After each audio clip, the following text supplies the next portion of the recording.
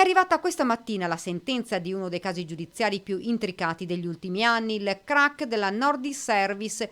Luigi Compiano, ex patron del colosso della sicurezza e della vigilanza privata, è stato condannato per bancarotta fraudolenta e reati fiscali a 6 anni e 6 mesi di reclusione. Non solo, ma gli sono stati confiscati tutti i beni immobili ed immobili per un valore di 3.600.000 euro e l'equivalente provvisionale dell'ammontare sottratto alle società 36 milioni di euro, oltre a numerosi risarcimenti nei confronti delle banche coinvolte. Ed ancora è stato interdetto a vita dai pubblici uffici, soddisfatto il PM Massimo De Bortoli, mentre l'avvocato difensore Piero Barolo, che non ha commentato la sentenza, ha però già annunciato di voler ricorrere in appello. La vicenda, ormai nota, riguarda la NES, dichiarata fallita dal Tribunale di Treviso nel 2013 con un buco di 124 milioni di euro. Compiano era accusato di aver sottratto 36 milioni di euro dal caveau in cui era conservato il denaro liquido dei clienti, banche, supermercati, imprese e negozi, per acquistare i modelli di lusso di barche, autovetture, moto e biciclette d'epoca.